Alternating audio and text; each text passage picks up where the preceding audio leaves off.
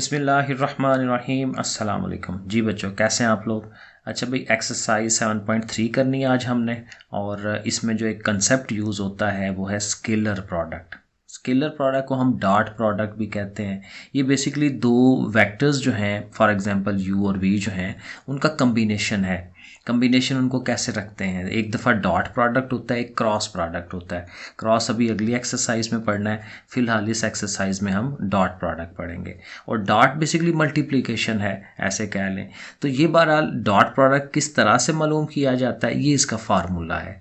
u vector, अगर u और v दो वेक्टर्स हैं, और ये आपके सामने मैंने ये बनाए भी हैं, और देखेंगे दोनों वेक्टर्स जो है ना किसी एक कॉमन पॉइंट से स्टार्ट लेते हैं, क्योंकि कॉमन पॉइंट से स्टार्ट लेंगे तो उनके दरमियान एंगल बनेगा, जिसको हम थीटा कह रहे हैं। तो ये इसका फार्मूला है कि u और v अगर दो वेक्टर्स हैं तो u वेक्टर का मैग्नीट्यूड अलग से, v वेक्टर का मैग्नीट्यूड अलग से, और cause of the angle between them, कि दोनों के दरमियान जो एंगल बन रहा है। तो बहरहाल ये डॉट प्रोडक्ट का फार्मूला है हमारा। और यहाँ देखें कि इसकी कोई यूनिट नहीं है, तो ये जो हमारा डॉट प्रोडक्ट होता है इसको हम स्केलर प्रोडक्ट कहते हैं, क्योंकि इसका आंसर जो है एक स्केलर आता है जिसमें कोई डायरेक्शन नहीं होती। ठीक है, इसके आंसर में अभी हम ज़ाहिर आगे सवाल करेंगे, फिर आपको इसका आइडिया होगा कि इसमें डायरेक्शन नहीं है। और जो क्रॉस प्रोडक्ट आगे हमने पढ़ना है 7.4 में, उसमें डायरेक्शन होती है, इसलिए हम उसको वेक्टर क्वांटिटी कहते हैं, वेक्टर प्रोडक्ट कहते हैं। तो बहरहाल वो भी आगे है। अब यहाँ से देखें, अगर ये थीटा एंगल जो है 90 डिग्री हो जाए, 90 डिग्री का मतलब ये है कि जो हमारा v वेक्टर है, u अगर ये देखें x एक्सिस के अलॉन्ग है, तो v अगर y एक्सिस के अलॉन्ग हो जाए तो ज़ाहिर 90 डिग्री का एंगल बन रहा होगा। तो 90 डिग्री पे फिर क्या होता है, cos 90 डिग्री क्या होता है, 0। तो ये 0 हो जाएगा, तो फिर ये सारा प्रोडक्ट जो है 0 हो जाता है। तो यहाँ से एक बड़ी इन्फॉर्मेशन, अच्छी वाली इन्फॉर्मेशन हमें मिल जाती है कि डॉट प्रोडक्ट अगर 0 हो तो फिर क्या होता है कि दोनों के दरमियान एंगल जो है वो 90 डिग्री होता है। या हम ये कह सकते हैं कि u और v जो है वो परपेंडिकुलर हैं एक दूसरे के। परपेंडिकुलर के लिए हम ये वर्ड भी यूज़ करते हैं, ऑर्थोगोनल। ठीक है, कि दो वेक्टर्स अगर परपेंडिकुलर हैं तो हम उनको कहते हैं कि ये ऑर्थोगोनल टू ईच अदर है। अब यहाँ से ना बड़ी मीनिंगफुल इन्फॉर्मेशन निकलती है। देखें, हमारे पास वो जो यूनिट वेक्टर्स थे ना, आई एक्स एक्सिस के अलॉन्ग आई यूनिट वेक्टर होता है, वाई एक्सिस के अलॉन्ग जो है जे यूनिट वेक्टर होता है, और जी एक्सिस के अलॉन्ग जो है के यूनिट वेक्टर होता है। और ये देखें, ये जो तीनों एक्सिस होते हैं इनके दरमियान 90-90 का ही एंगल होता है, आपस में 90-90 का एंगल बना रहे होते हैं। तो फिर जाहिर है कि आई और यूनिट वेक्टर और जे यूनिट वेक्टर, अगर हम इनका डॉट प्रोडक्ट लें तो चूंकि वो 90 डिग्री है तो डॉट प्रोडक्ट 0 आना चाहिए। तो ये देखें, हमने ये रिलेशन डेवलप किया है कि आई डॉट जे कर लें या जे डॉट के कर लें या के डॉट आई कर लें, क्योंकि सबके दरमियान 90 का एंगल है तो सबका डॉट प्रोडक्ट जो है वो 0 आ जाएगा। लेकिन अगर सेल्फ करते हैं तो सेल्फ का मतलब क्या होता है, आई का आई के साथ ही, तो एंगल तो 0 डिग्री बना ना, क्योंकि वही आई है और दूसरा भी वही आई उसके ऊपर ही है, तो एंगल 0 डिग्री। और cos 0 जो है वो 1 होता है, जो फार्मूले के अंदर हम लगाएंगे cos 0, तो इसलिए फिर इनका आंसर 1 आता है। सेल्फ डॉट प्रोडक्ट जो है उसका आंसर 1 आएगा। I dot I, J dot J, के डॉट के, ये सारे 1 आ जाते हैं। ठीक है, और एक छोटी सी इन्फॉर्मेशन ये है कि चाहे आप u डॉट वी ले लें या v डॉट u ले लें, ये दोनों सेम आते हैं, कम्यूटेटिव प्रॉपर्टी होल्ड करती है। ठीक है ना, जैसे मल्टीप्लिकेशन होती है, 2 इंटू 3 कर लें या 3 इंटू 2 कर लें, आंसर सेम आता है, तो ये इसको हम कम्यूटेटिव प्रॉपर्टी कहते हैं। ठीक हो गया। और ये इसके नाम है, हम इसको स्केलर प्रोडक्ट भी कह सकते हैं, डॉट प्रोडक्ट भी कहते हैं, और इनर प्रोडक्ट भी कहते हैं। तो ये डिफरेंट नेम्स हैं इसके। अब ये सवाल देखें एक्चुअल में कैसे किया जाता है। अब ये मैंने एक एग्जांपल ली है जनरल फॉर्म में कि u हमारा जो है वेक्टर अगर 3 डायमेंशनल है, x1 i, x2 j, x3 k, और v वेक्टर भी 3 डायमेंशनल है, y1 y2 एंड y3, तो इनका डॉट प्रोडक्ट क्या होगा, हमने इसके i वाले कोऑर्डिनेट को इस वाले i वाले कोऑर्डिनेट से मल्टीप्लाई, j वाले को j से, k वाले को k से, तो इनको करेंगे मल्टीप्लाई और इनको ऐड कर लेंगे, x1 y1, x2 y2, x3 y3, और सारे प्लस हो जाते हैं। तो इस तरह से क्या करेंगे, डॉट प्रोडक्ट मालूम कर लेंगे। अब चलते हैं एक्सरसाइज पे। एक्सरसाइज हमारी 7.3, पहला क्वेश्चन क्या है, find the cosine of the angle between u and v, कि u और v के दरमियान जो एंगल आ रहा है उसका कॉज मालूम करें। तो अभी जो हमने फार्मूला लिखा था उसमें कॉज ही आता है ना इस फार्मूले में, तो डेफिनेटली हम इसी फार्मूले को यूज़ कर लेंगे। तो कॉज अगर हमने फाइंड करना है तो क्या करेंगे, u मैग्नीट्यूड और v मैग्नीट्यूड, इसको उस साइड पे ले जाएंगे डिवाइड में, तो u dot v over u magnitude and v magnitude. So ये देखें हमने सवाल के अंदर हमने उसको इसी तरह से किया है। ये u वेक्टर है, ये v वेक्टर है, तो हमें फार्मूला लिख लेना है u dot v is equal to u magnitude v magnitude cos of the angle. अब कॉस थीटा हमें फाइंड करना है तो उसको अकेला करेंगे, ये दोनों उसके ओवर में चले जाएंगे। तो अब देखें ये फार्मूला है। अब फार्मूला हमें क्या कह रहा है, हमें क्या चाहिए, u डॉट v चाहिए, तो हम इनका डॉट प्रोडक्ट लेना है। तो हम पहले उसका डॉट प्रोडक्ट सेपरेटली ले लेंगे। u पहले है, u को पहले लिखें, आगे डॉट लिखें, फिर उसके बाद v को लिख लें। अब इनका डॉट प्रोडक्ट मैंने समझाया कि i वाला जो कोऑर्डिनेट है उसको i वाले से मल्टीप्लाई, 3 2s आर, ठीक है, वो मैंने लिख दिया पहले, 3 इंटू 2 प्लस साइन, फिर इसका ये 1 और इसका ये -1 वो लिख लेंगे, और उसके बाद फिर प्लस लगा के इसका -1 और इसका +1। कॉस थीटा का ये फार्मूला हमारा बन गया u dot v over u magnitude v magnitude. अब u डॉट v हम सेपरेटली फाइंड करेंगे, u को लिखेंगे सारा, जैसे u पहले है तो u पहले लिखना है, v आगे है तो v को आगे लिख लेंगे, और डॉट बीच में लगाएंगे क्योंकि यहाँ पे भी डॉट है। अब कैसे करते थे, पहला कोऑर्डिनेट पहले से, दूसरा दूसरे से, k वाला k वाले के साथ, और कोएफिशिएंट्स इनके i j k ने तो नहीं आना ना, सो 3 इंटू 2 लिख लेंगे, 1 इंटू ये -1 इंटू ये 1, तो ये देखें लिख लिया। अब इसको सॉल्व करवा लें, 3 2s आर 6 हो जाना है, ठीक है, 1 1s आर जाहिर है -1 उसका अपना भी माइनस है ना, और ये वाला माइनस भी, 1 1s आर 1, तो 6 में से ये 2 निकालेंगे तो 4 आ जाएगा। तो ये हमें डॉट प्रोडक्ट मिल गया। अब दोनों के मैग्नीट्यूड्स हमें सेपरेटली चाहिए, अलग-अलग। तो ज़ाहिर है u का हमने मैग्नीट्यूड लेना है, तो u हमारा ये वाला था ना, तो देखें मैग्नीट्यूड कैसे करते थे, हर चीज़ का हमें स्केयर्स लेने हैं, i वाले कोऑर्डिनेट, j वाले का, k वाले का, सब का। तो 3 का स्केयर क्या होगा, 9, इसका 1, इसका भी 1, -1 का 1 होता है, तो देखें 9 1 1, तो ये 11 अंडर रूट। इसी तरह v वाले का भी 2 का स्केयर 4, इसका 1 हो जाएगा, -1 का स्केयर 1 होता है, और 1 का भी 1 का, तो इसी तरह से ये आ जाएगा। तो ये इस तरह से अब फार्मूले में लगा लें। हमारा u डॉट v क्या आया था 4, वो हम 4 लिख लेंगे, नीचे u का मैग्नीट्यूड और v का मैग्नीट्यूड, और नीचे ये दोनों चूँकि अंडर रूट वाले हैं तो आपस में मल्टीप्लाई होंगे, 11 6 आर 66। तो आई थिंक यहाँ तक ओके है, इसके आगे क्या हल करना, तो ये देखें हमारा आंसर आ गया, cos of theta is equal to this one. Second part भी उसी तरह से, u वेक्टर दिया हुआ है, v वेक्टर दिया हुआ है, पहले हम ज़ाहिर है u dot v find out कर लेंगे, दोनों को लिखा, 1 इंटू 4, 4 1s आर 4 हो गया, 3 1s आर 3, दोनों के साथ माइनस साइन है, माइनस माइनस प्लस हो जाएगा, 4 3s आर 12, ठीक हो गया, तीनों को ऐड करें 19, डॉट प्रोडक्ट मिल गया। अब इनका हमें मैग्नीट्यूड लेना है, तो 1 का स्केयर 1 होता है, 3 का स्केयर 9 हो गया, 4 का स्केयर 16, माइनस ऑलवेज ख़त्म होता है जब हम स्केयर्स ले रहे होते हैं, ठीक है ना। इसी तरह v का भी हम वैसे ही करेंगे, तो दोनों खुशकिस्मती से 26 अंडर रूट ही दोनों आए हैं। फार्मूले में लगाएं, डॉट प्रोडक्ट का आंसर ऊपर, दोनों का मैग्नीट्यूड नीचे, और दोनों चूँकि सेम है तो ये फिर स्केयर बनेगा ना, एक पावर यहाँ पे एक पावर यहाँ पे, तो स्केयर बन के अंडर रूट कट जाएगा, तो 26 रह जाएगा हाली, 19 ओवर 26 डन हो गया। थर्ड वाला पार्ट भी बिल्कुल वैसा ही है, लेकिन ये है कि वेक्टर्स की शक्ल उसने और तरह से लिख दी है, ठीक है, बजाय i j के लिखने के उसने u इंटू v इसी तरह से ब्रैकेट्स में, हमारा जो वेक्टर होता है ये भी वेक्टर को लिखने का एक तरीका है, ऐसे भी लिख सकते हैं। तो बहरहाल डायरेक्ट करें, हमें पहले u डॉट v लेना है, ऐसे लिख लें, डॉट लगाएं, 6 के साथ 3 ने, 6 3s आर 18 और 5 2s आर 10, साइन उनके अपने साथ, और फिर -28, डॉट प्रोडक्ट मिल गया। अब इनके उसी तरह से मैग्नीट्यूड्स पे आ जाएं, इसका क्या होगा 9, इसका 25, इसका 36, इसका 4, तो ज़ाहिर है ऐड होंगे, ऊपर अंडर रूट आएगा, तो ये देखें आपके सामने वो आ गए। फिर एंगल लगाएंगे कॉस थीटा, -28 आया था u डॉट v, और u का मैग्नीट्यूड ये और v का मैग्नीट्यूड ये, तो नीचे अगेन ज़ाहिर है ये जो अंडर रूट वाले हैं दोनों इकट्ठे होंगे। अब थोड़ा सा कर लें इसको, वरना कैलकुलेटर पे आप डायरेक्ट कर सकते हैं। 34 होता है 2 इंटू 17, 40 जो है वो 4 इंटू 10 होता है, तो 10 को 2 5s आर 10 कर लें।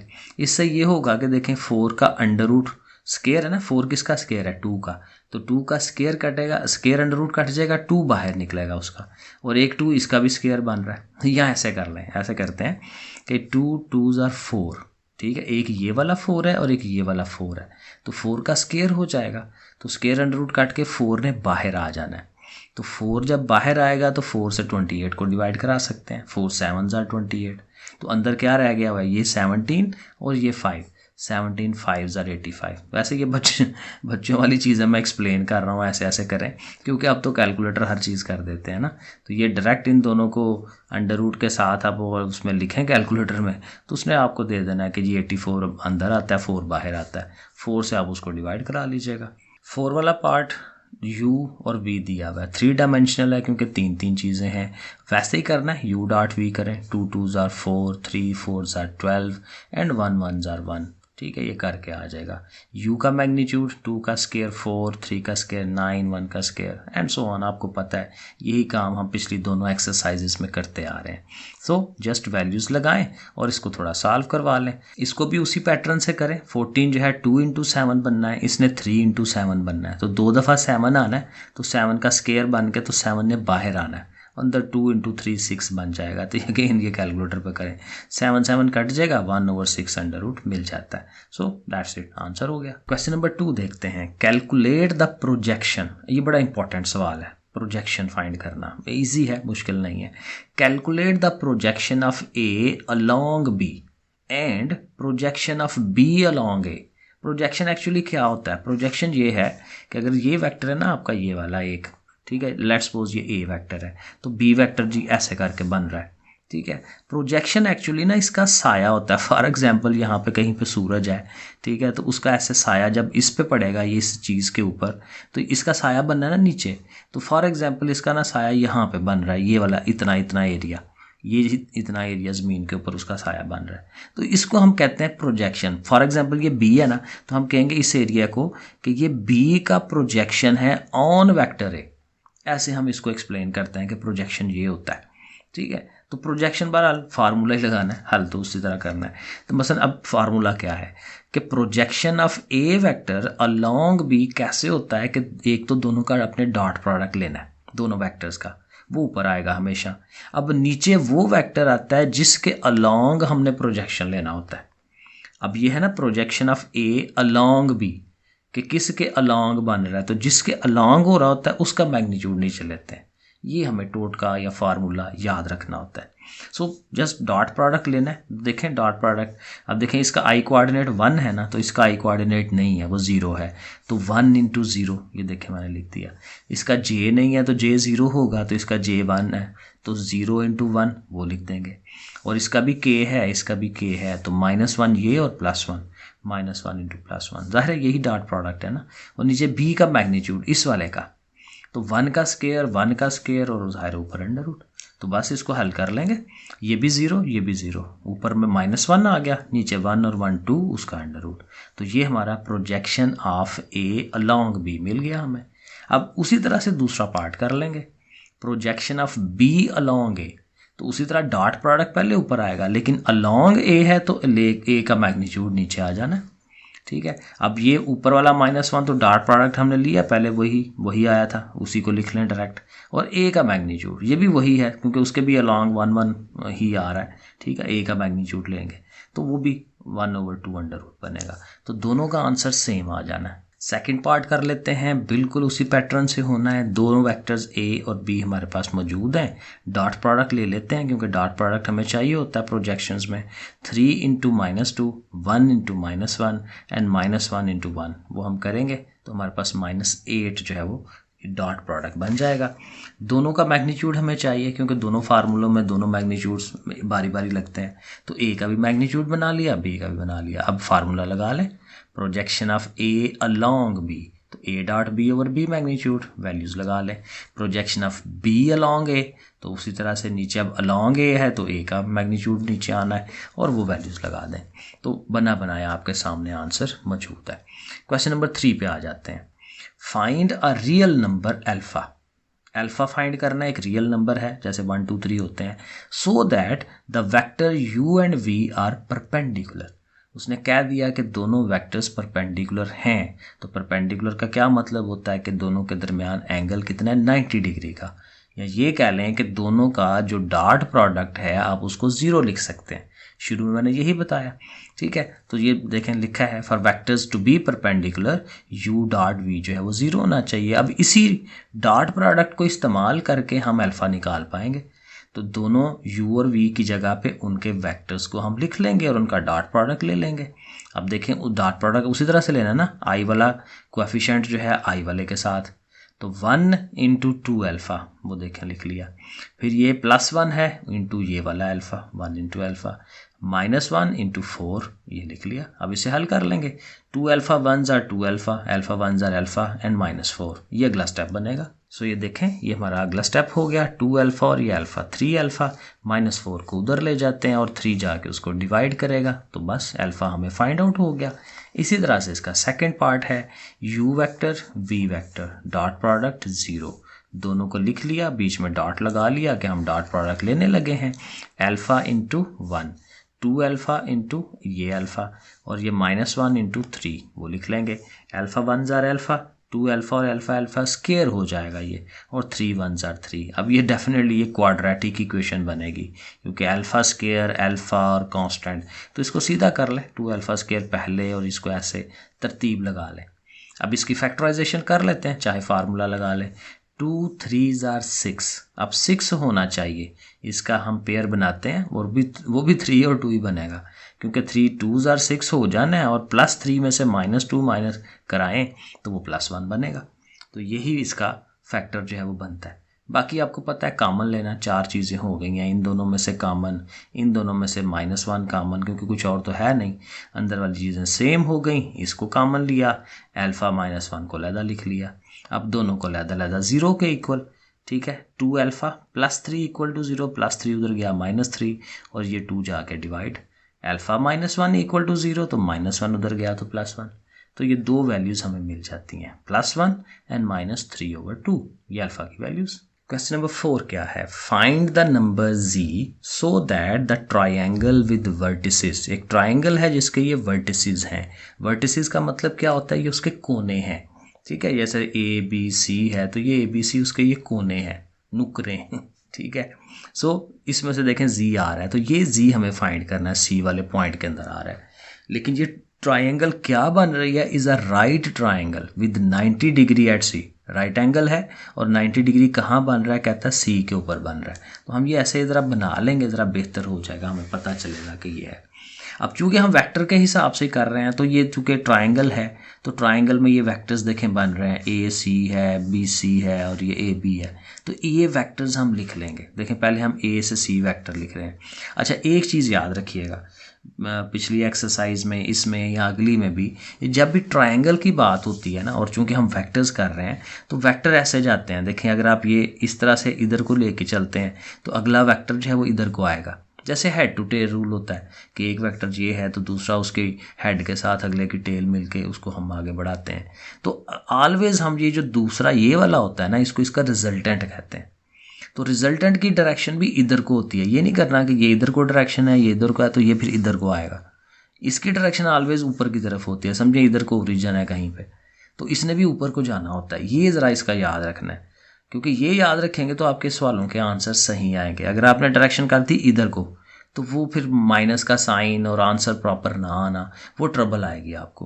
तो ये आपने डायरेक्शनों की जो है ना अलाइनमेंट, ये याद रखनी है कि किधर को लेके जाना है। अब देखें पहले हम AC वेक्टर फाइंड कर रहे हैं, A से C की तरफ। तो मैंने शुरू में आपको समझाया हुआ कि जब ये वेक्टर ऐसे बनाते हैं तो किधर को जा रहे हैं, C है ना सेकंड पोजीशन पे, तो सेकंड पोजीशन वाली में से फर्स्ट वालों को हम माइनस कराते हैं, 0 -1, ये देखें I वाले के लिए 2 -1 यानी कि +1 हो जाएगा, साथ J और Z -0 और K, ऐसे करके बनाना है। पिछली भी एक्सरसाइज में मैंने ये सारा समझाया था। तो ये AC ऐसे बन जाएगा, ज़ाहिर 0 ये -1 आ गया ना, 2 और 1 3 आ गया और ये हाली Z आ गया इसके साथ। तो अब हम फाइंड करेंगे CB। अब CB में चूँकि B आगे है तो B -C कर रहे होंगे हम, तो B की वैल्यूज़ ये हैं, C की वैल्यूज़ ये हैं, -2 -0, ठीक है, हो गया, 2 -2 वो हो जाएगा और 1 -Z K के साथ आ जाएगा, -2I हो गया, 2 -2 0 हो जाता है, 1 -Z K हो जाएगा। तो CB भी फाइंड हो गया, AC भी आ गया हमारे पास। अब चूंकि ये राइट एंगल ट्राइंगल है तो इन दोनों का जो डॉट प्रोडक्ट है वो 0 होना चाहिए, क्योंकि 90 डिग्री का एंगल है इन दोनों वेक्टर्स के दरमियान। तो फिर दोनों जो वेक्टर्स हैं AC उसको लिखेंगे, CB को लिखेंगे और इनका डॉट प्रोडक्ट ले लेंगे। तो डॉट प्रोडक्ट के लिए उसी तरह कि जो I वाला कोऑर्डिनेट है उसको और इधर I वाले के साथ हमने मल्टीप्लाई करवाना है। -1 into -2, 3 into 0, z into 1 minus z, तो वो हम लिख लेंगे। ये देखें हमने लिख लिया। 2 1s are 2 हो गया, 3 0s are 0 है, उसको नहीं लिखेंगे। और यहाँ z से multiply, z 1s are z और z का स्क्वायर हो जाएगा। ठीक है, इसको सीधा कर लें क्योंकि ज़ाहिर है क्वाड्रेटिक इक्वेशन नज़र आ रही है। तो -z² पहले, फिर साथ ये, फिर साथ ये।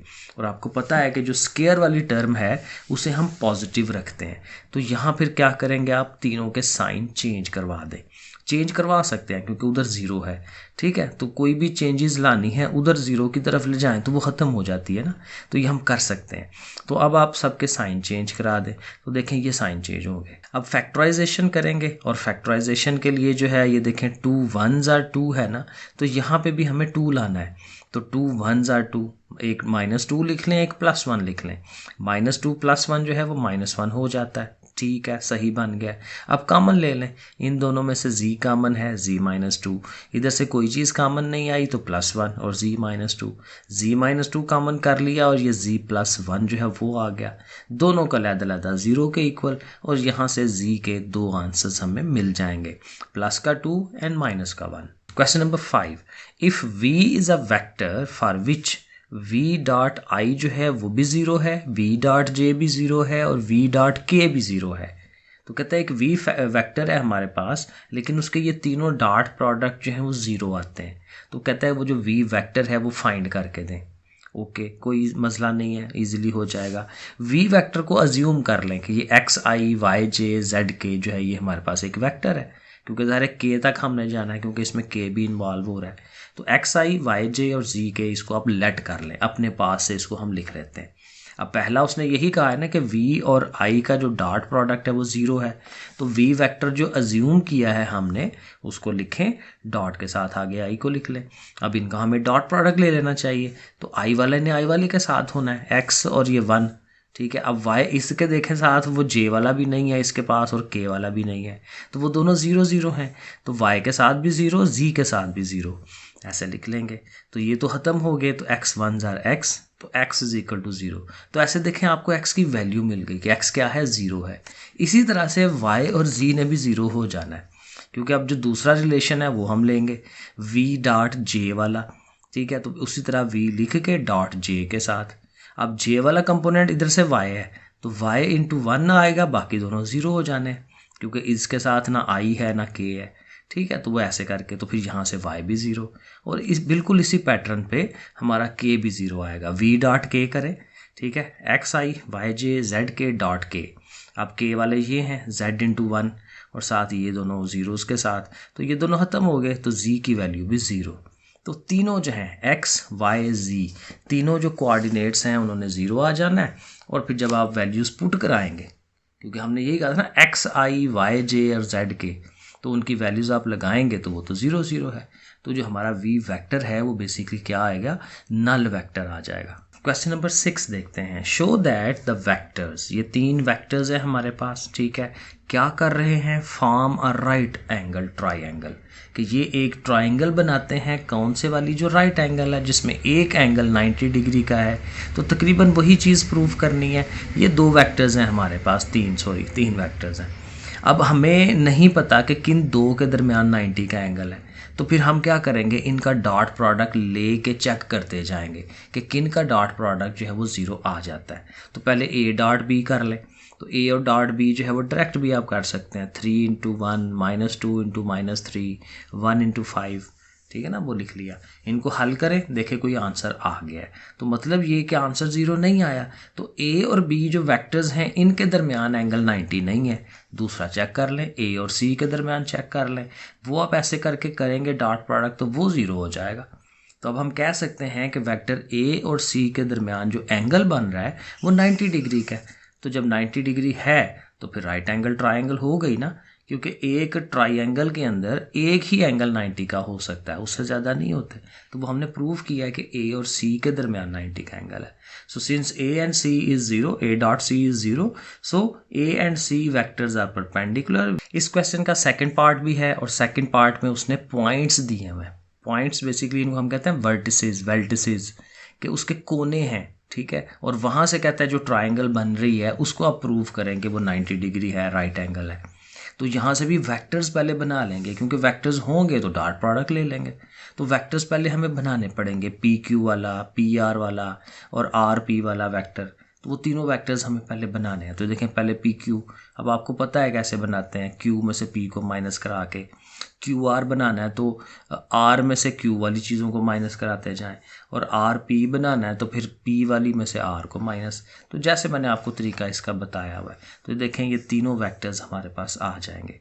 अब देखें ट्राइंगल होने के लिए ये भी पहचान है उसकी कि तीनों जो वेक्टर्स हैं उनका सम ज़ीरो हो जाता है। अगर आपने उसी तरह से बनाए हैं जिस तरह से ये डायरेक्शन आप ले रहे हैं, पी से क्यू जाते हैं, क्यू से आर जाते हैं और आर से पी बनाते हैं, ठीक है ना। क्योंकि आर से पी बनाएंगे तो देखें वापस आप उसी पॉइंट पे आ गए ना, तो फिर इसका सम जो है वो ज़ीरो होना चाहिए। तो इसलिए आर पी मालूम करके तो उनका आप ऐड करवाएंगे, प्लस करवाएंगे तीनों को, तो आंसर ज़ीरो आ जाए, क्योंकि दोबारा वहीं पे आप आ गए हैं जहाँ से आपने स्टार्ट लिया था, ठीक है। तो फिर ये ज़ाहिर है कि अगर ये आ जाता है तो इसका मतलब कि ये ट्राइंगल बन रही है।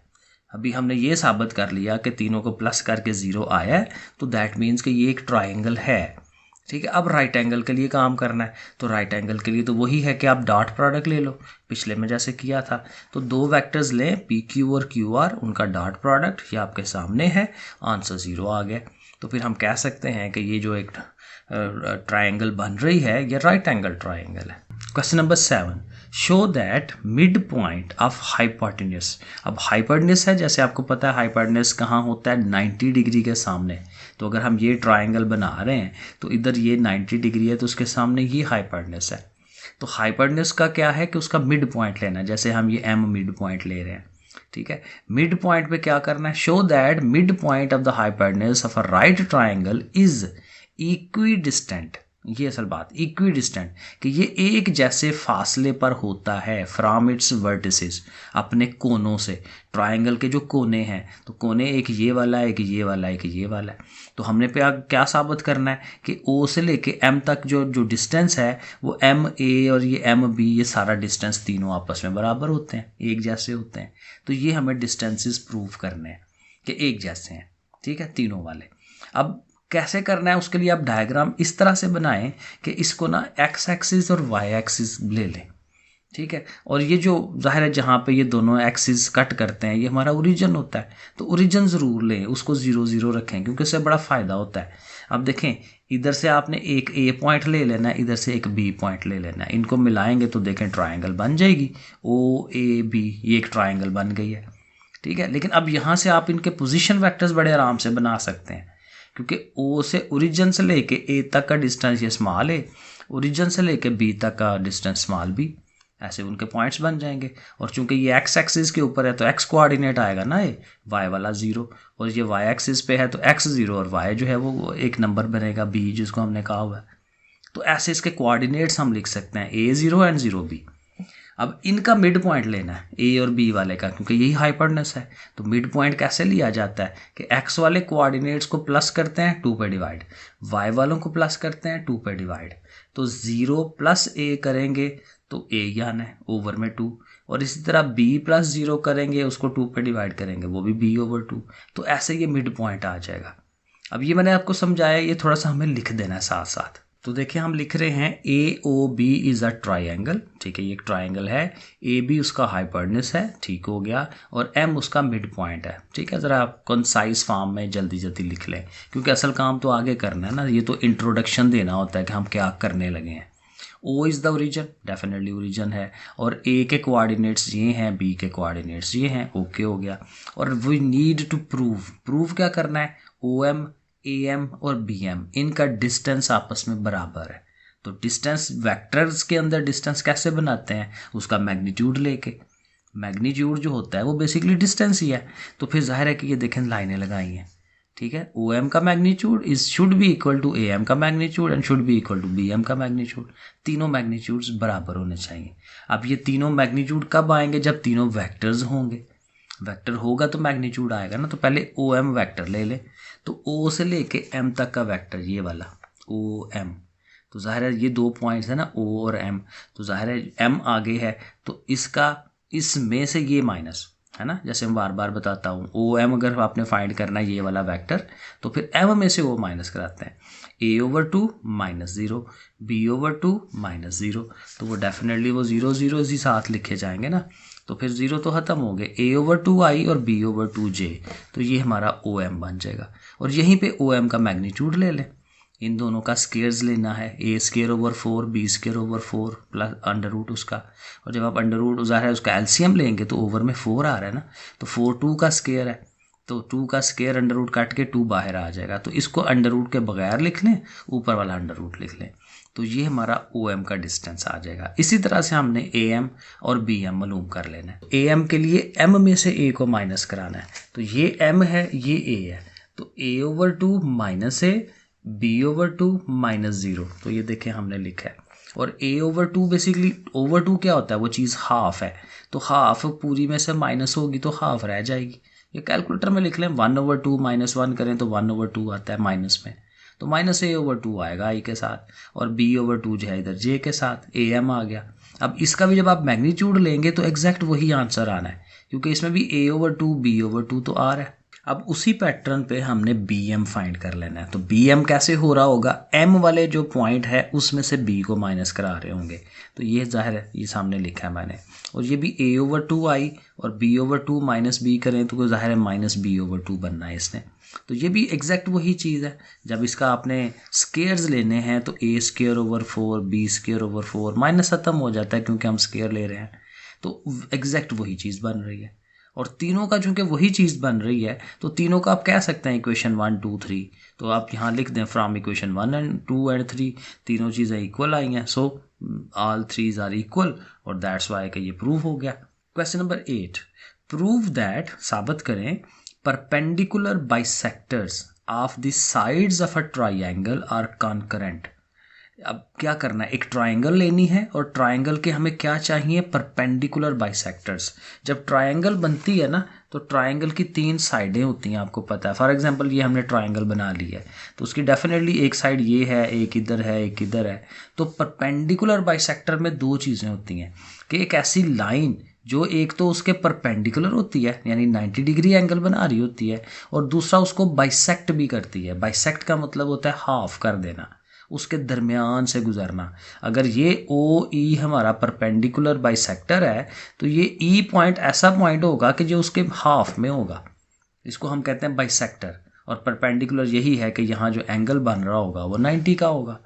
तो ये चीज़ है। तो कहता है ये जो तीनों साइडों से जो परपेंडिकुलर बाइसेक्टर्स आते हैं वो कॉन्करेंट हैं, वो एक सिंगल एक पॉइंट में से गुजरते हैं। ये जो ओ पॉइंट है ये कॉन्करेंट है, ये हमें प्रूफ करवाना है। अब ये तो मैंने वैसे आपको समझाया, अब सवाल करना कैसे है? तो डेफिनेटली पहले हमने एक डायग्राम बना लेनी है, और डायग्राम में भी हम देखें जब हम नाम रखेंगे, ट्रायंगल बना ली ना तो ए बी और सी नाम रख दिया। अब ए नाम है इस पॉइंट का, तो उसका जो पोजीशन वेक्टर है वो स्मॉल ए, स्मॉल बी, स्मॉल सी, ठीक है, इजीली। और कहीं पे ओरिजिन होगा क्योंकि ओरिजिन के लिहाज से पोजीशन वेक्टर्स बनते हैं ना, तो बहरहाल वो कहीं पे है। ओके, अब ये पोजीशन वेक्टर्स आ गए ना, और हमें पता है कि ये जो डी ई और एफ हैं ये इनके मिड पॉइंट्स हैं, क्योंकि परपेंडिकुलर बाइसेक्टर, बाइसेक्ट करना, हाफ कराना। तो ये जो डी पॉइंट है वो इसका हाफ है, तो हाफ कैसे होगा? वही बात कि a + b/2, ये इसका कोऑर्डिनेट बन जाएगा। ई के भी उसी तरह कि ये जी ये b है और ये c है, तो b + c/2, और इसी तरह ये वाला a + c/2, इनके कोऑर्डिनेट्स हम बना सकते हैं। अब जाहिर है कि हमें यहाँ पे भी थोड़ा सा लिखना पड़ेगा। अच्छा, जब इस तरह की चीज़ प्रूव करनी होती है ना तो कोई सी 2 चीज़ें लेके तीसरी को प्रूव कर लेते होते हैं। अब देखें यहाँ कैसे लिखेंगे, लेट ओ डी एंड ओ ई, ओ से डी ये वाला और ओ से ई ये वाला, कहता है ये 2 हमारे पास क्या है? परपेंडिकुलर बाइसेक्टर्स हैं। सपोज कर लें कि ये है, ये दोनों परपेंडिकुलर बाइसेक्टर्स हमने बनाए हैं, ठीक है। And F is the mid point of A C. और तीसरे को तो हमने साबित करना है ना, तो इसलिए उसको हम परपेंडिकुलर बाइसेक्टर नहीं कहेंगे, वहाँ पे सिर्फ हम कहेंगे ये कि जी एफ पॉइंट हमने लिया है जो कि ए और सी का मिड पॉइंट है। तो देखिए हम लिख रहे हैं कि ए जो एफ है is the mid point of A C. साथ कह रहे हैं ओ इज़ द ओरिजिन, क्योंकि ओरिजिन ये वाले को हम ओरिजिन ले रहे हैं, क्योंकि ओरिजिन के लिहाज से पोजीशन वेक्टर्स बनते हैं ना, तो इसको हमने ओरिजिन ले लिया अपनी आसानी के लिए।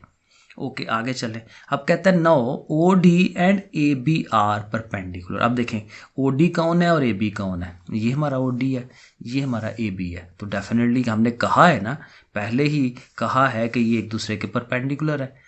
तो ये चूँकि परपेंडिकुलर हैं तो प्रॉपर्टी अभी हम पीछे जो बार बार पढ़ते आ रहे हैं कि परपेंडिकुलर वेक्टर्स का जो डॉट प्रोडक्ट होता है वो ज़ीरो होता है। तो हम ये दो वेक्टर्स बना लेंगे, ओ डी वैक्टर फाइंड कर लेंगे और ए बी वैक्टर फाइंड कर लेंगे और दोनों का डॉट प्रोडक्ट ले लेंगे। सो ये देखें हम ये लिख रहे हैं कि ओ डी डॉट ए बी ज़ीरो होना चाहिए। अब ओ डी क्या है, ओरिजिन से डी तक का ये वाला वैक्टर, तो ओरिजिन तो 0 0 है, तो d माइनस ओ करेंगे तो यही आना है a प्लस बी ओवर 2, क्योंकि ओ तो 0 0 है, ठीक है। तो ओ डी हमारा बनेगा a प्लस बी ओवर 2। और ए बी जो वेक्टर है देखें a से b, तो ए बी वैक्टर है ना, तो b माइनस ए कर रहे होते हैं, तो small b minus small a इसका बन जाएगा। तो वो देखें हमने ये लिख दिया उसका। तो इन दोनों का अब डॉट प्रोडक्ट होने लगा है। ओवर में 2 है तो ये डेफिनेटली उधर जाके 0 से ख़त्म हो जाएगा, हमारे पास रह जाएगा a प्लस बी और ये b माइनस ए प्लस बी को ऐसे लिख लें b प्लस ए, क्योंकि माइनस के हिसाब से चलना होता है ना, जो तरतीब इसकी है वही तरतीब इसकी लगाएं। तो अब यहाँ पे देखें ये फार्मूला बन रहा है ना ए स्क्वायर माइनस बी स्क्वायर वाला, क्योंकि ये रकम है और ये रकम सेम है, इसमें प्लस है उसमें माइनस है, तो फिर ये जाहिर है दोनों का स्क्वायर्स लेके बीच में माइनस, तो ये हमारा एक रिलेशन बन जाएगा, इक्वेशन नंबर 1 कह दें इसको। अब एग्जैक्ट यही काम ऊपर वाला हमने दूसरे परपेंडिकुलर बाइसेक्टर के लिए करना है। देखें अब जो हमने कहा था ना जी ओ ई जो है ये भी परपेंडिकुलर बाइसेक्टर है, तो ये जो है ओ ई अब ये किस पे परपेंडिकुलर है, इस बी सी के ऊपर। तो हमारे पास अब एक वेक्टर क्या होगा ओ ई और दूसरा वेक्टर होगा बी सी, इनका डॉट प्रोडक्ट लेंगे और वो 0 होना चाहिए। तो देखें हम यहाँ लिख रहे हैं कि O E is perpendicular to B C. So और उनके जो ज़ाहिर वेक्टर्स बन रहे हैं वेक्टर वही हैं। देखें ओ ई वेक्टर क्या होगा, ई वाले में से ओ माइनस, तो वो नहीं है वो 0 है, तो B plus c over 2 minus 0 यानी कि यही आएगा। और जब इसका वेक्टर बनाना है तो वो क्या बनना है सी माइनस बी, क्योंकि हम क्या करें बी सी वेक्टर ले रहे हैं ना, तो सी बाद में है तो सी माइनस ए बी बनेगा। तो ये देखें सी माइनस बी, तो ये हमने ये शक्ल बना ली। और इसको भी एग्जैक्ट वैसे ही ओवर 2 ख़त्म करा दे उधर, और इसको भी लिख लें सी प्लस बी, क्योंकि ये सी माइनस बी है ना, तो ये अल्टीमेट क्या बन जाएगा सी स्क्वायर माइनस बी स्क्वायर, जैसे ये बना है। तो आगे हमने ये स्टेप्स किए हैं वो आप ज़रा देखें। तो ये हमारा बन गया सी स्क्वायर माइनस बी स्क्वायर। अब ये जो दोनों इक्वेशनें हमने बनाई हैं कहते हैं दोनों को इकट्ठा कर लें, ऐड करा लें।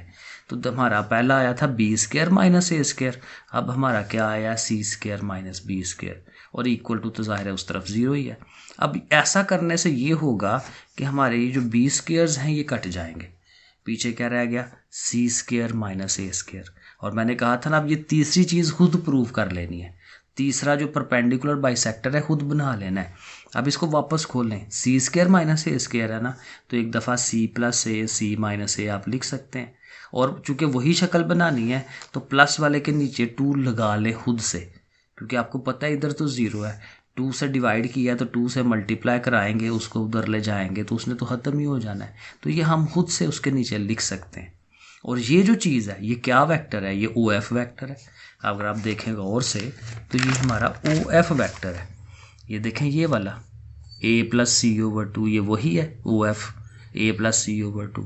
और दूसरा ये जो चीज़ है हमारा ए सी वो क्या है सी minus A.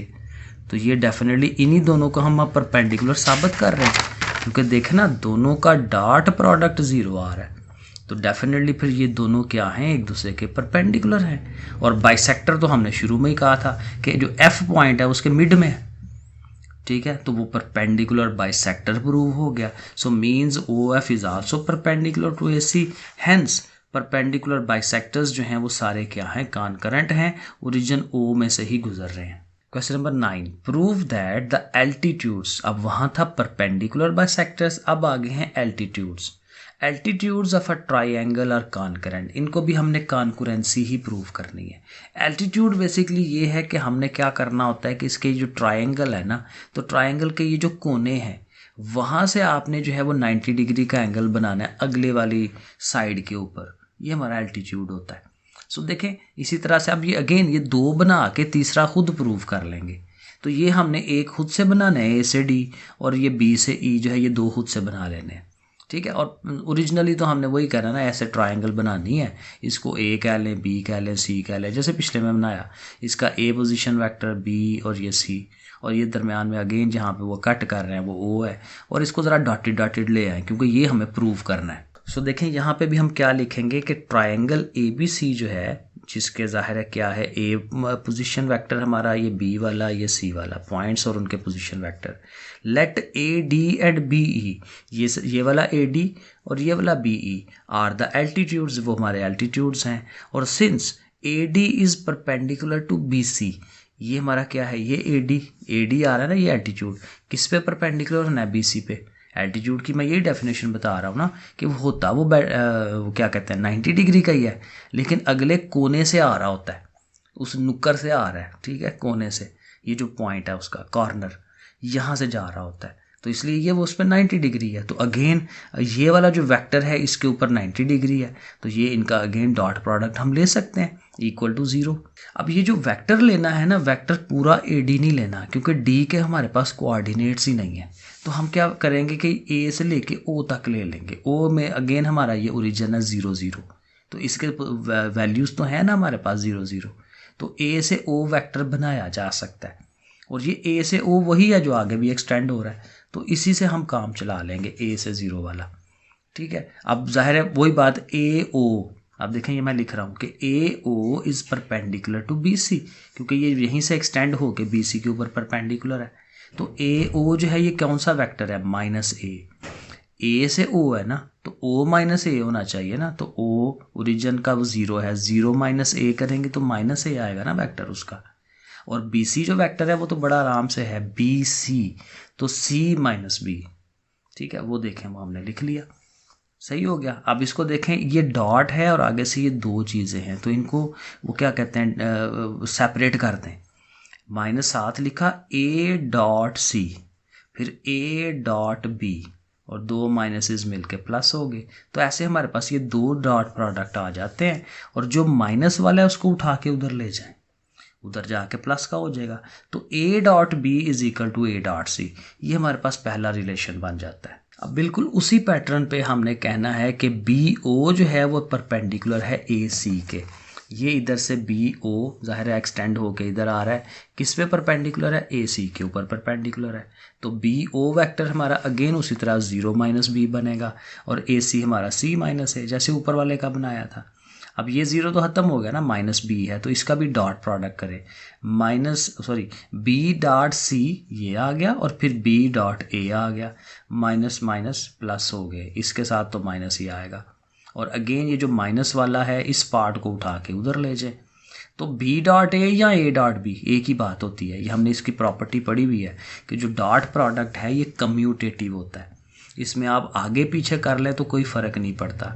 B dot A आप उसको ए डॉट बी लिख लो, कोई मसला नहीं है, और ये उधर चला गया। अब ये दूसरा रिलेशन आ गया। अब देखें इन दोनों रिलेशंस को देखें, ये ए डॉट बी बराबर है ए डॉट सी के, और यहाँ से भी ए डॉट बी आ रहा है, तो ये दोनों साइडें बराबर है ना, ए डॉट बी, तो फिर ये साइडें बराबर होंगी। तो हम कह सकते हैं फ्रॉम इक्वेशन 1 और 2 a dot c is equal to b dot c. तो ये देखें फ्रॉम इक्वेशन 1 और 2 a dot c is equal to b dot c. अब अगेन देखें रिवर्स जाना है। अब रिवर्स जाके हमने क्या करना है कि इस तरह की परपेंडिकुलर चीज़ साबित करनी है तीसरे के लिए। ये जो ओ एफ जो है और ये किस पे परपेंडिकुलर जा रहा है, ए बी के ऊपर, ये चीज़ हमने अब साबित कर लेनी है यहाँ से रिवर्स जाके। तो रिवर्स जाने के लिए क्या करना है, ये जो बी डॉट सी उधर है इसको ले आए इस तरफ, तो इधर आके इसने माइनस का हो जाना है। अब देखें इसमें कौन सी चीज़ एक जैसी है, इधर भी सी है इधर भी सी है, तो सी को बाहर निकाल दें तो अंदर रह जाएगा ए माइनस बी। जैसे हम कॉमन लेते हैं, सी को कॉमन ले लें, वो मैंने इधर किया है आगे इस तरफ, ठीक है, सी कॉमन आ गया, अंदर ए माइनस बी रह गया। तो सी जो वेक्टर है वो बाहर, अंदर ए माइनस बी को आप बी माइनस ए करें, क्योंकि ये हम ये चीज़ प्रूव करनी है और बाहर भी माइनस लाना है। जैसे इनका ओरिजिनली माइनस ही आ रहा था, यहाँ पे भी माइनस आ रहा है, इधर भी माइनस आ रहा है, तो हमें यहाँ पे भी सी के साथ भी माइनस चाहिए। तो माइनस यहाँ रखने के लिए अंदर इनके साइन चेंज करें, अंदर भी वो ज़रूरत पूरी हो जाएगी, बाहर भी। अब माइनस जी सी जो है ये हमारा कौन सा वेक्टर है, ओ सी, और b माइनस ए जो वेक्टर है हमारा ए बी वेक्टर है। तो भी जाहिर है कि डॉट प्रोडक्ट उनका ज़ीरो आ रहा है, तो इसका मतलब ओ सी और ए बी परपेंडिकुलर हैं। तो मतलब ओ सी जो है वो कहाँ है, ओ से लेके सी तक वाला, इसको अगर आप एक्सटेंड कर लें तो सी एफ बन जाता है ना। तो हम आप साबित कर लेंगे सी एफ जो है वो ए बी पे परपेंडिकुलर है, C F is perpendicular to A B. तो फिर जाहिर है कि ये तीनों एल्टीट्यूड साबित हो गए, तो ये तीनों ओ में से गुजर रहे हैं, तो हम कह देंगे कि इनके जो एल्टीट्यूड्स हैं वो क्या हैं, कॉनकरेंट हैं। Question number 10, prove that the angle in a semi circle is a right angle. आप देखें, कहता है एक सेमी सर्कल है, ये मैंने कोशिश की है सेमी सर्कल बनाने की। सेमी सर्कल मतलब आधा सर्कल, ठीक है। तो कहता है ये जो एक आधा सर्कल होता है ना, उसमें कोई भी आप एक एंगल बनाते हैं जाविया, तो वो 90 डिग्री का बनता है। अब ये देखें, हमने ये बनाने की कोशिश की है, ये सेमी सर्कल बनाया है, ये नीचे एक्स एक्सिस और वाई एक्सिस हमने बनाए हैं, ये हमारा टोटल एक्स एक्सिस हो गया। यहाँ हम ओरिजिन ले रहे हैं, ओरिजिन जाहिर है 0 0 होता है, और यहीं से डॉटेड डॉटेड जो है वाई एक्सिस भी शो करा दें, ज़रूरत तो नहीं पड़नी, लेकिन एक शो कराना ज़रूरी होता है कि ये वाई एक्सिस इधर को जा रहा है। क्योंकि आप देखें ये, और ये हम सेंटर ले रहे हैं सर्कल का भी, सेमी सर्कल है ना, तो सेमी सर्कल को ऐसे नीचे से घुमा के लाएंगे तो पूरा सर्कल भी तो बन जाता है ना, ठीक है। तो ये इसका सेंटर है, तो सेंटर को 0 0, और सेंटर ऑलवेज हेल्प करता है, क्योंकि आप सेंटर से इस तरफ आ रहे हैं पॉजिटिव एक्स एक्सिस की तरफ, तो इसका जो कोऑर्डिनेट ये बी पॉइंट जो है हमारा ये वाला, तो इसका कोऑर्डिनेट बनेगा A0, और इसके उल्टी तरफ जाएंगे तो वो माइनस A0 बनना है, क्योंकि वो नेगेटिव एक्स एक्सिस की तरफ है ना, तो ये माइनस A लिखना चाहिए हमें इसे। और यहाँ पे लेट एक पॉइंट ले लेंगे P पॉइंट, जिसका हम कोऑर्डिनेट का नहीं पता तो उसको XY कह लेंगे। अब यहाँ पे देखें ये जो एंगल बन रहा है, ये एंगल हमने साबित करना है कि यहाँ 90 डिग्री का एंगल है, ठीक है। अब इसको ज़ाहिर है थोड़ा सा हम लिखेंगे ये चीज़ें सारी कि जी हमारी AQB, ये क्यू भी साथ लिख रहे हैं, क्योंकि जब कोई कर्व होती है ना, तो कर्व को शो कराने के लिए 3 नुक्तों से शो कराते हैं। AQB ये हमारा सेमी सर्कल है, AQB is a semi circle, O is the centre, definitely ये उसका सेंटर है, और वो ओरिजिन भी है जाहिर है 0 0। तो नेक्स्ट देखें, हम लिख रहे हैं OA जो है वो क्या है, माइनस AI, तो डेफिनेटली O से A की तरफ जाएंगे तो नेगेटिव एक्स एक्सिस में माइनस AI बनेगा, क्योंकि J कोऑर्डिनेट तो उसका 0 होना है, क्योंकि Y एक्सिस की तरफ तो नहीं जा रहे, तो माइनस AI। इसी तरह OB जो है वो प्लस AI होगा, O से B यानी पॉजिटिव एक्स एक्सिस की तरफ, तो वो भी ज़ाहिर है A है, और ये A बेसिकली इसका रेडियस है, क्योंकि ओरिजिन उसके सेंटर से जा रहे हैं ना, साइड एक वो जो सर्कल है उसके एक साइड की तरफ, तो यहाँ तक, यहाँ O से लेके यहाँ तक जाएंगे, ये रेडियस ही है उसका। या फॉर एग्जांपल O से लेके P तक जाएंगे तो इसने रेडियस ही होने हैं। नेक्स्ट हमने ये लिखा है, तो OP हमारा ये जो डिस्टेंस है वो क्या है, रेडियस A के बराबर है। और अगर आप स्क्वायर लेना चाहें तो ज़ाहिर है इधर इस साइड में भी स्क्वायर, इस साइड में भी स्क्वायर, ऐसे लिखा जा सकता है। अब देखें जो OP वेक्टर हमारा बनता है वो क्या है, ओरिजिन से ये P पॉइंट तक का OB ये वेक्टर, तो देखें ज़ाहिर x minus 0 I, y minus 0 j, यानी कि x I और y j, ये हमारा OP वेक्टर होता है। और अगर हम इसका मैग्नीट्यूड लें, वही डिस्टेंस जैसे हम ये वाला डिस्टेंस कह रहे हैं, तो इस वाले वेक्टर का जब हम डिस्टेंस लेते हैं तो मैग्नीट्यूड लेना है ना, x का स्क्वायर और y का स्क्वायर और अंडर रूट, और ऊपर हमने OP कहा है कि वो a के बराबर है, तो यहाँ OP की जगह आप a लिख दें और साथ ही ये अमाउंट आ जाएगी। अगर आप अंडर रूट ख़त्म कराना चाहते हैं तो आप स्क्वायर ले लें, तो इधर a का स्क्वायर हो गया और इधर से ये कट गया। यहाँ नहीं है क्योंकि यहाँ तो मैंने सिर्फ a लिखा है ना, यहाँ स्क्वायर नहीं है, तो a is equal to this one, square लेके अंडर रूट कटवा के, तो ये आप एक रिलेशन बना दें और इसको साइड पे रख लें। अब चूंकि हमें ये साबित करना है कि हमारा ये जो वेक्टर है AP और ये जो वेक्टर है BP, इनके दरमियान जो एंगल है 90 डिग्री है, तो पहले ये वेक्टर्स बना लेते हैं। अब A से P वेक्टर कैसे बनेगा, P माइनस A, तो x माइनस A यानी कि प्लस A, क्योंकि अपना माइनस है ना उसका, तो x प्लस A और I उसके साथ, y माइनस 0 उसके साथ j, तो ये देखें हमने AP वेक्टर जो है वो ऐसे बना लेना है। फिर BP वेक्टर है तो B से P की तरफ ये वाला वेक्टर, तो x माइनस a और y माइनस 0, ये देखें x minus a y minus 0, y minus 0 y होगा ना, तो AP वेक्टर और BP वेक्टर बन गया। अब इनका हमने डॉट लेना है, क्योंकि डॉट प्रोडक्ट को हम 0 लाएंगे तो प्रूव हो जाएगा कि वो परपेंडिकुलर है, 90 डिग्री बन रहा है। तो AP सारा वेक्टर लिख लिया, डॉट आगे BP को लिख लिया। अब जाहिर है डॉट प्रोडक्ट कैसे लेते हैं, I वाला जो कोऑर्डिनेट है इधर से I वाले कोऑर्डिनेट के साथ आएगा, सेकंड जो Y वाला है वो Y के साथ हो गया, ऐसे लिख लिया। अब यहाँ देखें आपको नज़र आ रहा है फार्मूला बन रहा है a square minus B square वाला, एक दफ़ा पॉजिटिव एक दफ़ा नेगेटिव, तो x का स्क्वायर माइनस a का स्क्वायर, यहाँ ये y स्क्वायर है। अब a स्क्वायर चूँकि नेगेटिव है उसको साइड पे रख लें, और ये जो x स्क्वायर y स्क्वायर है उसको शुरू में लिख लें। अब ये जो रिलेशन बनाया था ये वाला, अब इसने काम आना है, क्योंकि x square plus y square किसके इक्वल है, ए स्क्वायर के, तो यहाँ हम इस एक्स स्क्वायर वाई स्क्वायर की जगह पे ए स्क्वायर लिख लेंगे। तो ये वाला ए स्क्वायर माइनस ये, तो जाहिर है माइनस हो के 0 आ जाएगा। तो देखें हमने साबित कर लिया कि दोनों वेक्टर्स का जो डॉट प्रोडक्ट है 0 है, सो दैट मीन्स कि उनके दरमियान जो एंगल है वो 90 डिग्री का बनेगा। तो ये एक लाइन आपने नीचे लिख देनी है और प्रूफ हो गया। क्वेश्चन नंबर 11 है, और ये मैंने साइड पे लिखा भी हुआ है कि ये एग्जाम्पल नंबर जो 9 है ना पीछे, ये बिल्कुल उसकी तरह का हल हुआ हुआ है, उसी का ये एक सेकंड पार्ट है, क्योंकि एग्जाम्पल नंबर 9 में शायद उसने कॉज अल्फ़ा माइनस बीटा को प्रूव किया हुआ है, तो यहाँ हम कॉज अल्फ़ा प्लस बीटा को प्रूव करने जा रहे हैं। तो जैसे एग्जैक्ट एग्जाम्पल नंबर 9 हुई है ना, वैसे ये वाला क्वेश्चन है। तो प्रूव क्या करना है, ये फार्मूला प्रूव करना है कि cos alpha plus beta equal होता है cos of alpha cos of beta minus sine of alpha sine of beta. ये डेफिनेटली हमारा फर्स्ट ईयर के फार्मूले हैं, इसे हमें साबित करना है। लेकिन किससे साबित करना है, वेक्टर्स से। अब उसके लिए हमने क्या करना है, वहाँ एग्जाम्पल में भी हमने इस तरह की डायग्राम बनाई थी, एक एक्स एक्सिस लें एक वाई एक्सिस लें, दो वेक्टर्स बनाएं, एक वेक्टर अल्फ़ा या जो भी ए वेक्टर है तो वो आपका इस तरफ को जा रहा है और एंगल वो एक्स एक्सिस के साथ अल्फ़ा बना रहा है, और एक वेक्टर आप नीचे ले जाएं एक्स एक्सिस से नीचे नेगेटिव नीचे की तरफ, तो ये एक बी वेक्टर हो जाएगा, और ये जो एंगल बना रहा है ये बीटा बना रहा है, ठीक है, और डेफिनेटली माइनस में क्योंकि नीचे की तरफ है ना, तो इधर से हम आ रहे हैं तो ये माइनस एंगल हम इसको शो कराते हैं। ठीक हो गया, ऊपर से ऐसे आ रहे हो तो पॉजिटिव सारा एंगल होता है, नीचे से आएंगे तो फिर वो नेगेटिव एंगल शो कराया जाता है।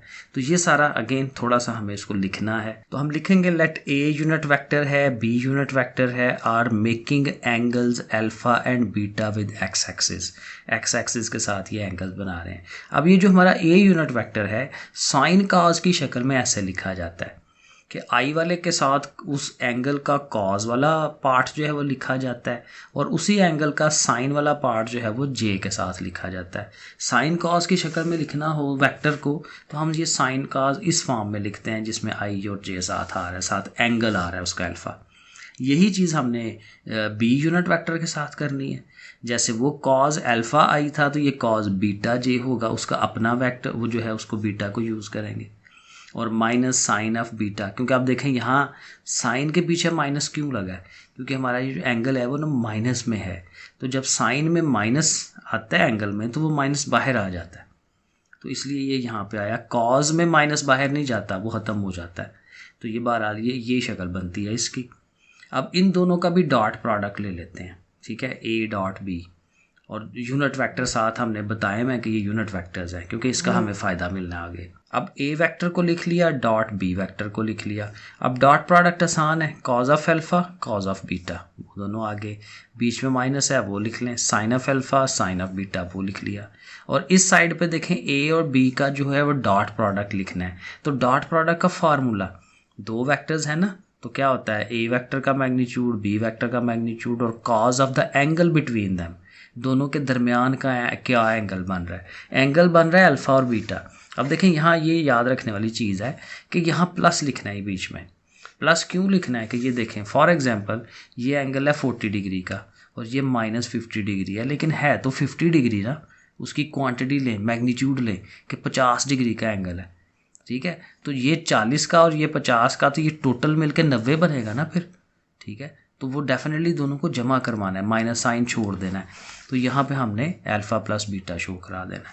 अब यहाँ पे ये होगा कि ये चूँकि यूनिट वेक्टर्स हैं तो इनके मैग्नीट्यूड ज़ाहिर है 1 1 होते हैं, तो ये ख़त्म हो गया, 1 1 को छोड़ देंगे, कोई रकम 1 से मल्टीप्लाई हो तो वो वही रहती है।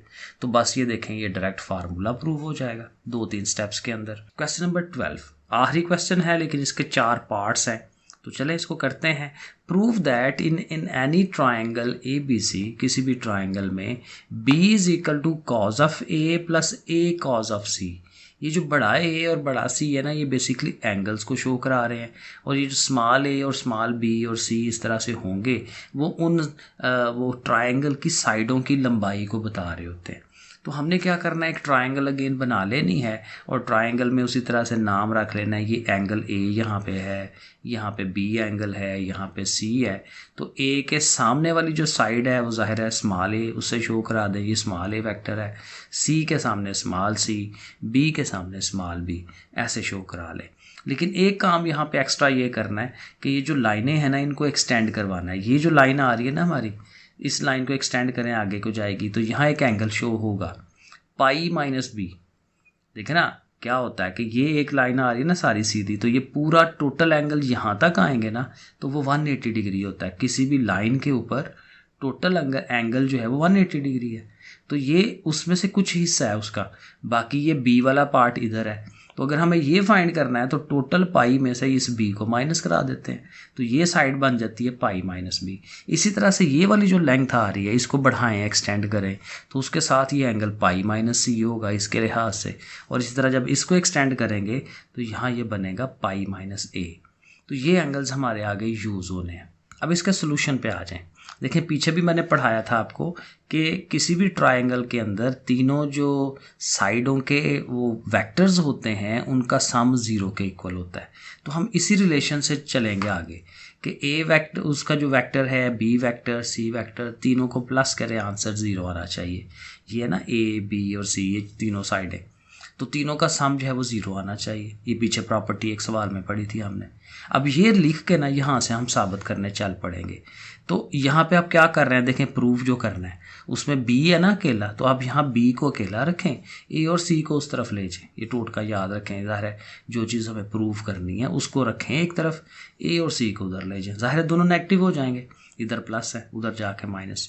अब ये क्योंकि दोनों के साथ माइनस है, माइनस कॉमन ले लें, तो b हमारा उसकी जो वैल्यू है वो क्या आ गई, माइनस ए प्लस सी।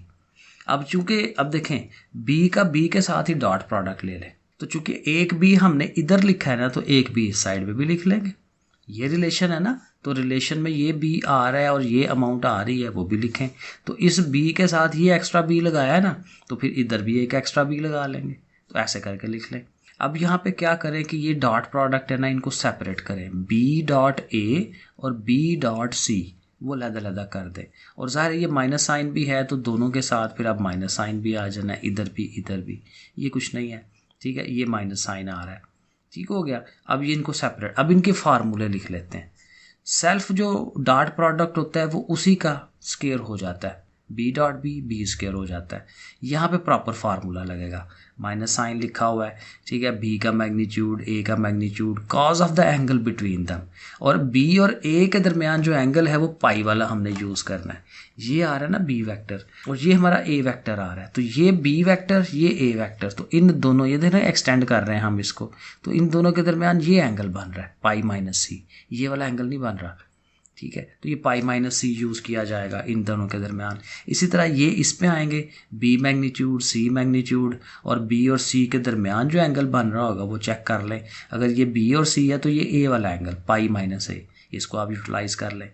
अब क्या होगा कि मैग्नीट्यूड्स तो आ गए, मैग्नीट्यूड्स लिख लिए ए और बी। अब ये फार्मूले याद रखने हैं, कॉज ऑफ पाई माइनस सी, यानी ये एक फार्मूला है जो हमने 13 चैप्टर था कि 11 वाला था जो हमने फर्स्ट ईयर में पढ़ा है कि 180 में से माइनस कोई एंगल हो रहा हो तो उसका कॉज लें तो वो minus cos of that angle होता है।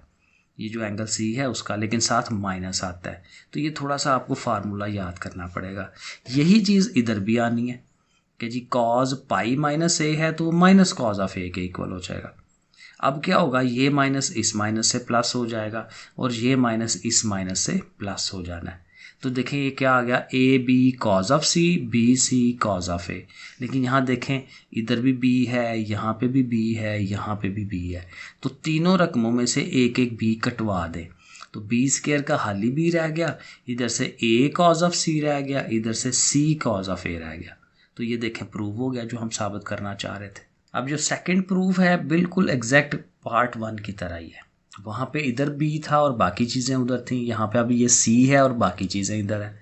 तो आपने उसी रिलेशन को लेना है, a प्लस बी प्लस सी 0, और चूंकि सी इधर है तो सी को अकेला रखें, a और b को उधर ले जाएं, और बिल्कुल वैसे ही माइनस इसका कॉमन ले लें और फिर इधर भी डॉट सी लगा लें और इस अमाउंट के साथ भी डॉट सी लगा लें। अब इनको उसी तरह से खोलें, सी डॉट ए और सी डॉट बी, और ज़ाहिर है माइनस साइन की वजह से दोनों के साथ माइनस, ये कुछ नहीं है, ठीक है, ये भी माइनस ये भी माइनस।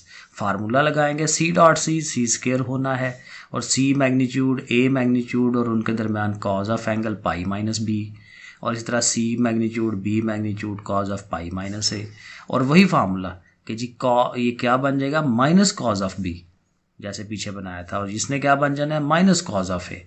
ठीक है, बिल्कुल देखें सेम हो रहा है ना, ये भी माइनस माइनस प्लस हो गए, ये माइनस माइनस प्लस हो गए, और अगेन एक एक सी कटवा देंगे जैसे पिछले में एक एक बी कटवाया था, तो फिर एक single C, A cos of B and B cos of A, तो ये हमारा प्रूफ हो जाना है। तीसरे पार्ट के अंदर प्रूफ उससे मिलता जुलता ही है, लेकिन थोड़ा सा एक डिफरेंट चीज़ आ गई है, b square equal to c square plus a square minus 2ac cos of beta.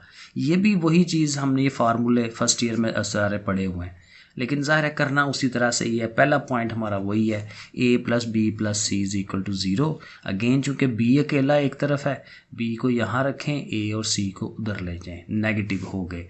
अब अगेन इधर भी b डॉट ले, इधर भी b डॉट ले लें, यहाँ तक तो वही है काम, लेकिन अब यहाँ ट्रिक यूज़ करनी है, वो ये कि b की फिर ये वैल्यू पुट करा दें उसकी जगह पे। वैसे पिछले पार्ट में तो हम क्या करते थे, b के साथ उसका डॉट ले लेते थे, b डॉट ए बी डॉट सी, लेकिन यहाँ b की वैल्यू ये दोबारा ये वाली, ये b की वैल्यू है ना, इसको दोबारा b की जगह पुट करा दें, तो b की जगह ये फिर आ गया। अब एक काम तो ये होगा कि ये माइनस इनको कर देगा ना प्लस, तो ये भी a प्लस सी, ये भी a प्लस सी, लेकिन उनका बीच में डॉट है, तो अब ये डॉट प्रोडक्ट जैसे मल्टीप्लाई होता है, इधर से a को पकड़ें, a डॉट a वो लिख लें, a डॉट सी जैसे मल्टीप्लाई करते होते थे, फिर c डॉट a, फिर c डॉट सी, ये 4 डॉट प्रोडक्ट आ जाएंगे। और इधर तो ज़ाहिर है b और b का स्क्वायर जो है वो तो उसने होना ही है। अब देखें यहाँ पे भी ये सेल्फ है ना, तो ये a स्क्वायर हो जाएगा, ये भी सेल्फ है, ठीक है, अपने आप के साथ ही डॉट, तो इसने भी c स्क्वायर हो जाना है, ये दोनों तो बन गए। और ये जो दोनों है ये दोनों सेम है, a डॉट सी हो या c डॉट a हो, एक ही बात है ना, क्योंकि मैंने कहा था ये कम्यूटेटिव होता है डॉट प्रोडक्ट। तो 2 इंटू ये ऐड हो जाएंगे, एक और एक 2 हो जाएंगे, 2 इंटू ए डॉट सी।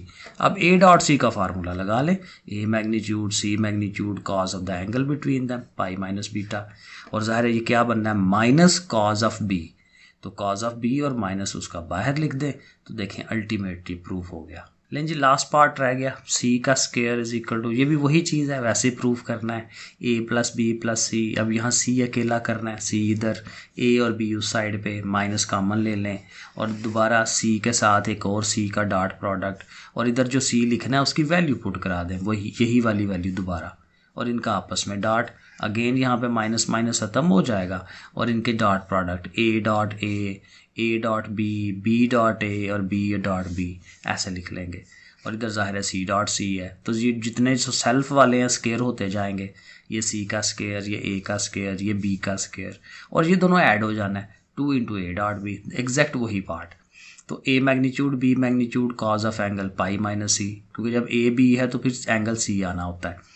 ओके, तो इसका आंसर क्या आना है, माइनस कॉज ऑफ सी, तो फिर माइनस जो है वो बाहर निकाल दें जैसे पीछे करते हैं, और दैट्स इट। तो बिल्कुल ये पिछले पार्ट की तरह। लें जी, तो ये हमारे क्वेश्चन हो गए सारे। नेक्स्ट इंशाल्लाह 7.4 करते हैं। ओके फिर बच्चों, अल्लाह हाफिज़।